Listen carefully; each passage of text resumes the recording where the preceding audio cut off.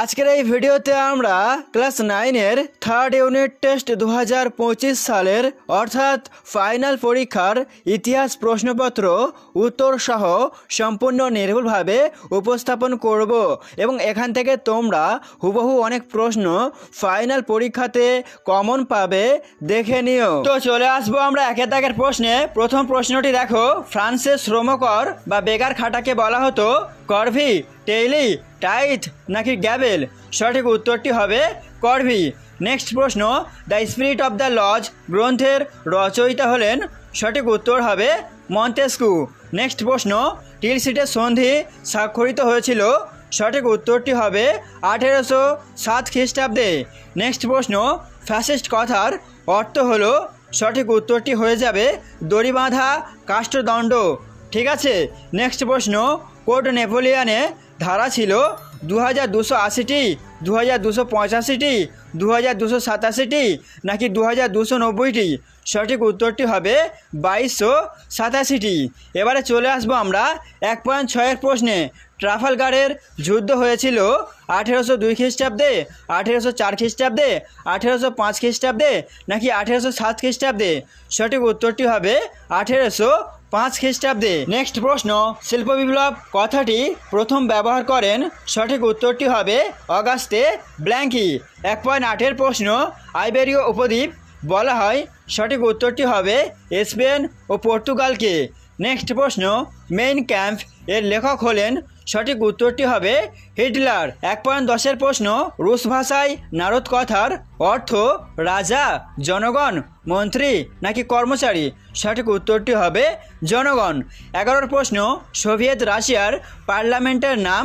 সঠিক উত্তরটি হবে ডুমা। নেক্সট প্রশ্ন, বিশ্বের কারখানা বলা হয়? সঠিক উত্তরটি হবে ইংল্যান্ডকে। নেক্সট প্রশ্ন, কার্বোনারি নামক গুপ্ত সমিতি গড়ে উঠেছিল? সঠিক উত্তরটি হবে ইটালিতে।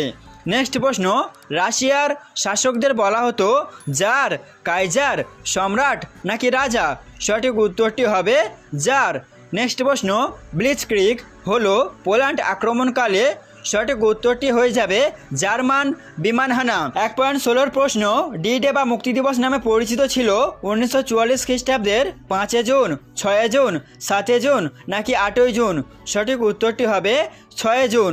1.17 আটলান্টিক চার্টার ঘোষিত হয়? সঠিক উত্তরটি হবে 1941 খ্রিস্টাব্দে। নেক্সট প্রশ্ন, জাতিসংঘের জনক নামে পরিচিত ছিলেন?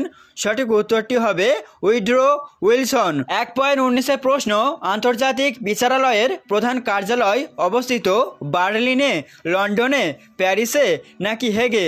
সঠিক উত্তরটি হবে হেগে। নেক্সট প্রশ্ন, জাতিপুঞ্জের প্রথম মহাসচিব হলেন? সঠিক উত্তরটি হবে ট্রিকভিলি। এবারে চলে আসবো আমরা 2-এর দাগের প্রশ্নে এবং প্রতিটি প্রশ্নের মান 1 নাম্বার করে দেওয়া আছে, মোট 16 নাম্বার। তো প্রথম প্রশ্নটি দেখো, ফ্রাঙ্কলিন রুজভেল্ট কে ছিলেন? উত্তরটি হবে মার্কিন যুক্তরাষ্ট্রের প্রেসিডেন্ট ছিলেন। 2.2-এর প্রশ্ন, লেথর দ্য গ্রেস বলতে কি বোঝো? উত্তরটি হবে লেথ্রো দ্য গ্রেস হলো একটি গ্রেপ্তারি পরোয়ানা যার দ্বারা যে কোনো ব্যক্তিকে বিনা বিচারে গ্রেফতার করা যেত। নেক্সট প্রশ্ন, কে কবে ব্যাংক অফ ফ্রান্স প্রতিষ্ঠা করেন? উত্তরটি হবে নেপোলিয়ান 1800 খ্রিস্টাব্দে ব্যাংক অফ ফ্রান্স প্রতিষ্ঠা করেন। নেক্সট প্রশ্ন, FAO এর পুরো নাম কি?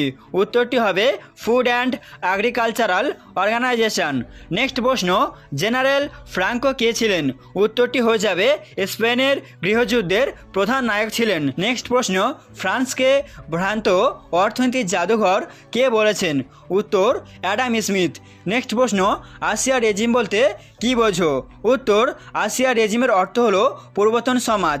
1789 খ্রিস্টাব্দে ফরাসি বিপ্লবের পূর্বে ফ্রান্স তথা ইউরোপের অধিকাংশ দেশে যে রাজনৈতিক, সামাজিক ও অর্থনৈতিক বৈষম্যমূলক ব্যবস্থা প্রচলিত ছিল তাকে আসিয়া রেজিম বলা হয়।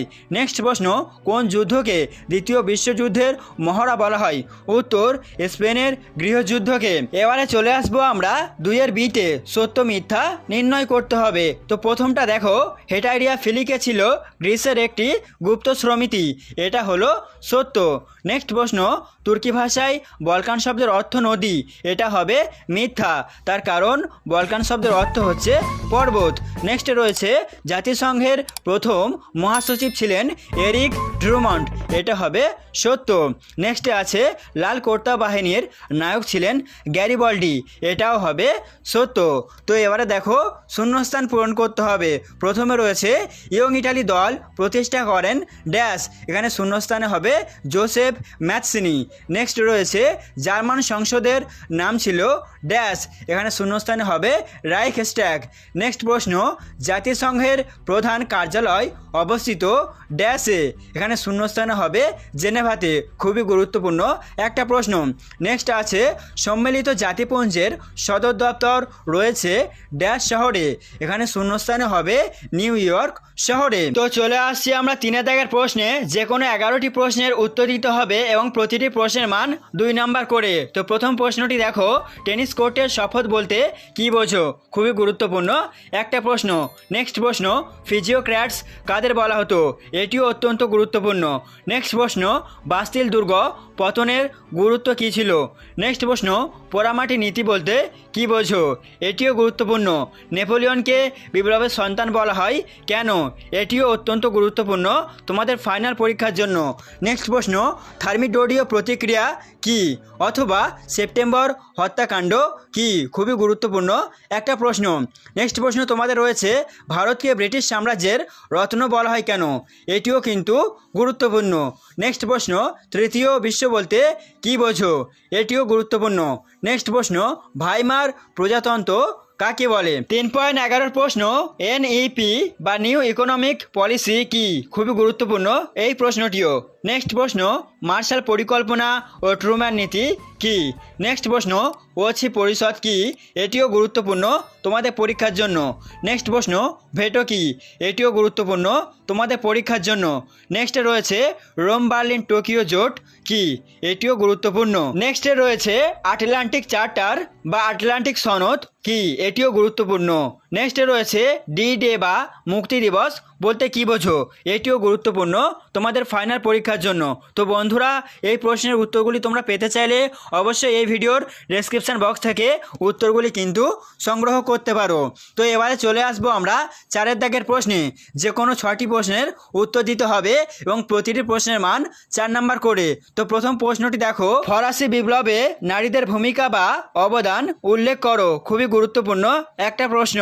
অথবা ফ্রান্সে ফেব্রুয়ারি বিপ্লবের কারণ ও ফলাফল আলোচনা করো। নেক্সট প্রশ্ন, টিকা লেখো কোট নেপোলিয়ন। খুবই গুরুত্বপূর্ণ এবং এই প্রশ্নটি তোমাদের পরীক্ষাতে পড়ে গেছে, ভেবে নিতে পারো। অথবা টিকা লেখো মহাদেশীয় অবরোধ ব্যবস্থা। 4.3 প্রশ্ন, ক্রিমিয়া যুদ্ধের কারণ কী ছিল? অথবা পার্ল হারবারের ঘটনাটি কি? এটিও গুরুত্বপূর্ণ এবং পরীক্ষাতে পড়ে গেছে, ভেবে নিতে পারো।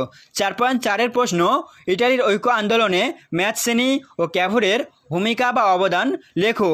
এটিও গুরুত্বপূর্ণ। অথবা চীন ও আফ্রিকা ব্যবচ্ছেদ সম্পর্কে সংক্ষিপ্ত বর্ণনা দাও। 4.5 টিকা লেখো ইঙ্গো ফরাসি তোষণ নীতি। এটিও পরীক্ষাতে পড়ে গেছে, তোমরা ভেবে নিতে পারো। অথবা ইটালিতে ফ্যাসিবাদী শক্তির উত্থান কিভাবে হয়েছিল।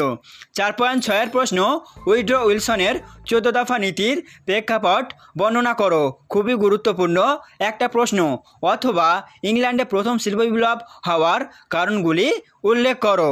এটিও গুরুত্বপূর্ণ তোমাদের পরীক্ষার জন্য এবং এই প্রশ্নের উত্তরগুলি তোমরা পেতে চাইলে অবশ্যই কমেন্টে আমাকে জানাও। তো চলে আসছি আমরা 5 দাগের প্রশ্নে।